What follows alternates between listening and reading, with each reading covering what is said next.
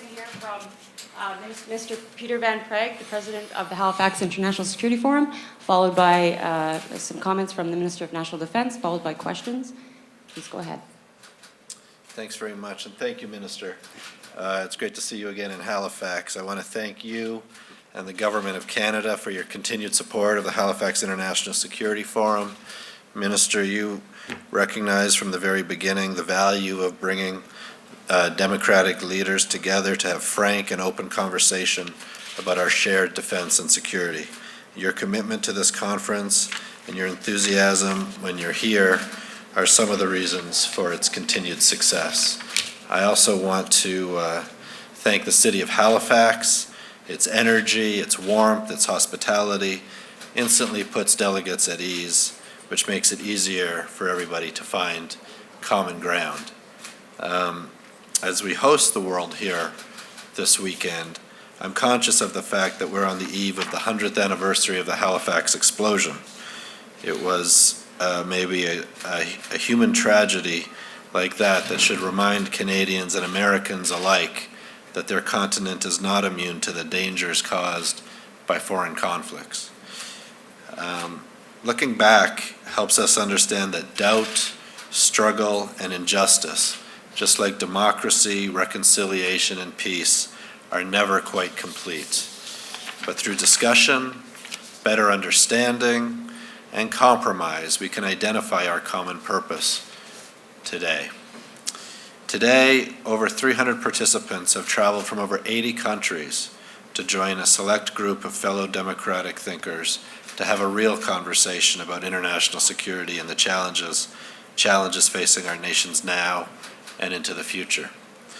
Welcome to the 2017 Halifax International Security Forum, and I encourage everyone to be part of the conversation by watching the live stream of our plenary session on our website, halifaxtheforum.org, through Facebook Live or on social media. And Minister, if you'll just allow me, I do want to plug our new podcast.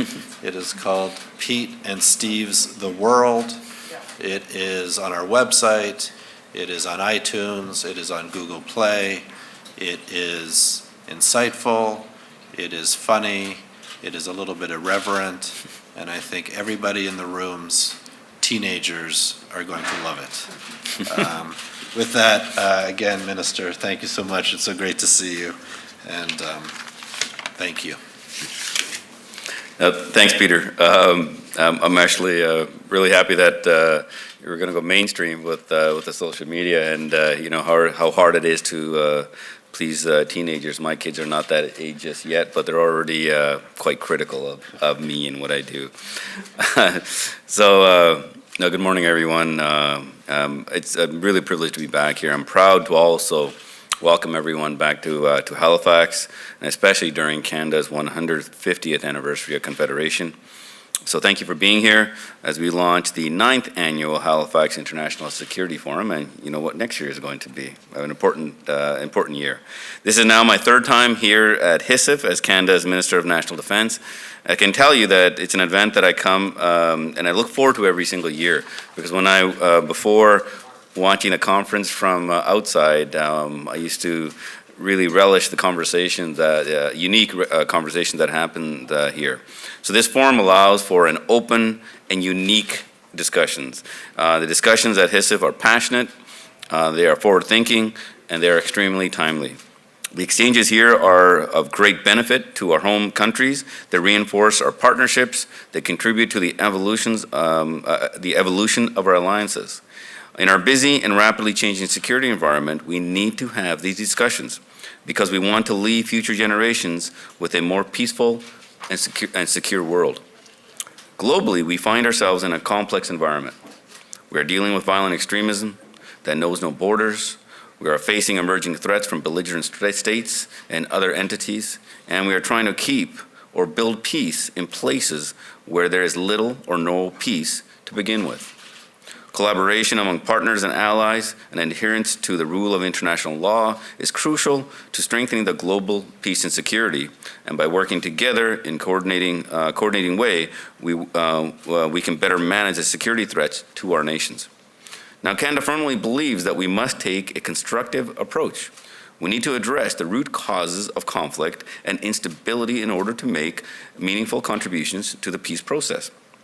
We are putting our beliefs into action with concrete defense engagements with partners and allies. The type of broad consultation has been of great value to Canada, in particular during the development of our new defense policy, Strong, Secure, and Engaged. And just yesterday, we wrapped up the 2017 United Nations Peacekeeping Defense Ministerial, which Canada was proud to host in Vancouver, my hometown, more than 6,000 kilometers away from here on the Pacific coast of our country, and no, I'm not jet lagged that badly. That ministerial brought defense experts together from around the world, experts who share an interest in finding more effective ways to build and maintain peace, and also to make it more enduring. We explored how we can do better and what we must do differently to better support peace operations.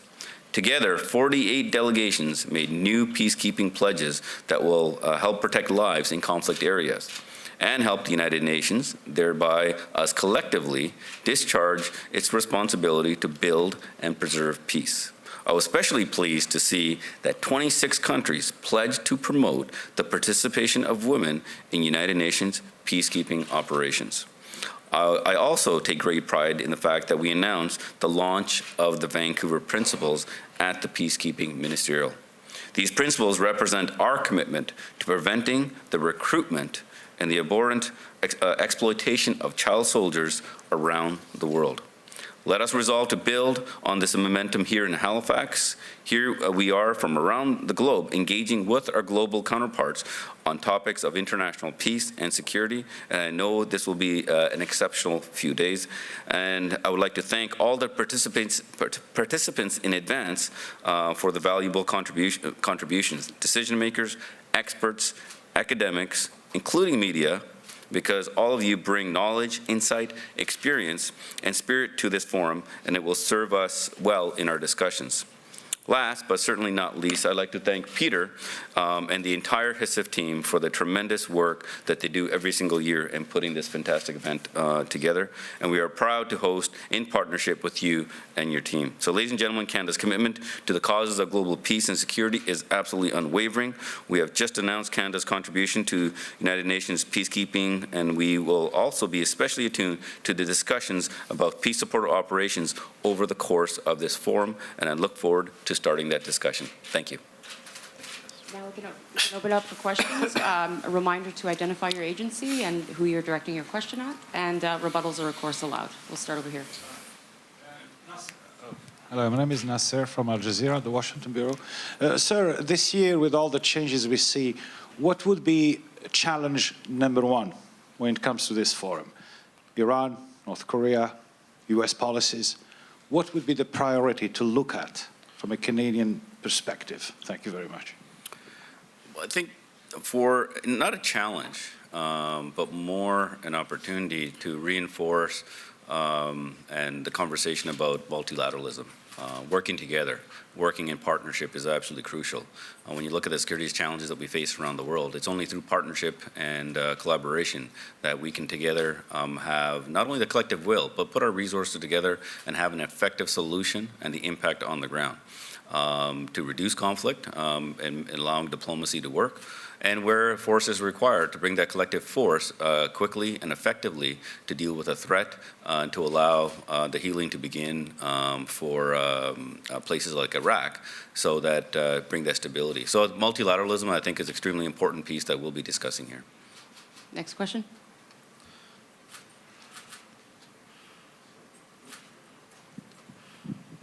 Hi, Minister. Tom Parry with CBC News. The UK Minister of International Development has been quoted as saying that when it comes to British citizens fighting overseas with ISIS, the only way to deal with them in almost every case is to kill them before they get back to the UK. What does the Canadian government believe should happen to Canadians fighting with ISIS? First of all, it's important for every nation to look within and how to prevent any of their citizens getting involved and being recruited into radical groups like this, and especially groups like Daesh. I think that's priority number one. And Canada believes in our collective responsibility to adhere to the international laws, the laws of armed conflict, and that's what we will do. Our military is extremely professional, and before they deploy on any deployment, they go through the pre-deployment training and reminds of the laws of armed conflict, and we will abide by them. Have you had any discussion with, or any orders issued to the Canadian forces, or have you had discussions with Canada's allies about what to do if they come across a Canadian fighting with ISIS? When it comes to any situation, regardless of where Canadian Armed Forces are, dealing with any type of combatants, international law of armed conflict applies, and that's something that we strictly enforce. Thanks, Tom. Next question. Go ahead. Go ahead. Hi, Sandra Hannenbaum with The Signal in Halifax. The D&D contribution to the forum this year is $3.3 million for 2017 to 2018. How much will that be the next year? Will that be more or less? I don't have the exact details for this. This forum, as I stated, provides a very unique and intimate opportunity to have discussion with nations experts from around the world, and that commitment by us to making sure that these discussions continue. So you're not sure if it will be more or less than this year? I mean, when it comes to the contribution, I allow my team to figure that piece out. We work together with Peter's team and come up with the support that's required. Thank you. Next question. Good morning, Ken Hansen from Maclean's Magazine. For the Defense Minister, sir, your announcement about the new peacekeeping contingency force seemed to be very heavy on air and land. I didn't notice much in the way of commentary about maritime capabilities. You're a maritime guy from a maritime place, so am I. And I know that the trip to West Africa that was conducted last year with the maritime coastal defense vessels was very well received. In fact, it will be repeated next year and extended. So can you give us some idea of where a maritime approach to this fits for the government of Canada? That's actually a very good question that you've asked there, because normally what people see is when we talk about peace operations is about the missions themselves, and Canada's actually trying to have a much more wider impact to improving the missions. And if you actually look even broader to that, that's not, Canada's engagement is much broader. So for example, we've approved the extension of Operation Artemis as well, a maritime support in the Indian Ocean. That's going to have a direct impact on the counterterrorism fight and interdicting some of the resources that those groups use. We have conducted training in the West, and we're right now, I've actually just directed General Vance to come up with an engagement plan for the Navy, not just in the Atlantic, but also in the Asia Pacific as well, to have more consistent engagement, so that we can learn about the areas, the situation early on, so that we can be much more, let's put it this way, instead of being reactive, we can actually predict situations from happening. And so our Navy does tremendous work around the world, from Operation Reassurance to Op Carib, interdicting drugs for the U.S. and in the Asia Pacific.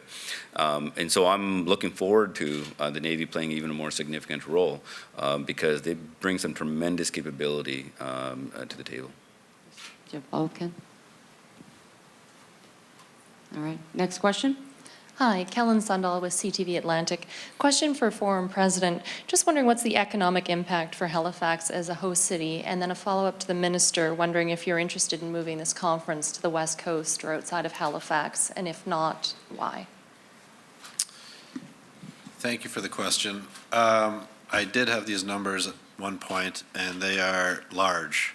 And we can get back to you and get you the actual numbers, but I will tell you, and the mayor of Halifax says this every time he speaks at the gala dinner on Friday night, which is we filled up a huge number of hotel rooms that at this time of year would not be as full. Not only that, we know that a lot of our participants come to Halifax for the forum, and they enjoy being here so much that many of them come back during the summer months when they can enjoy the outdoors a little bit more. But we do have numbers on this that are now a little bit dated, but we can get back to you on that with actual concrete numbers. And as I stated before, the Halifax International Security Forum provides a very unique and intimate opportunity to have discussions. I think it's probably unique in the world, even from the Unity Security Conference, from the Shangri-La Dialogue that I also attend.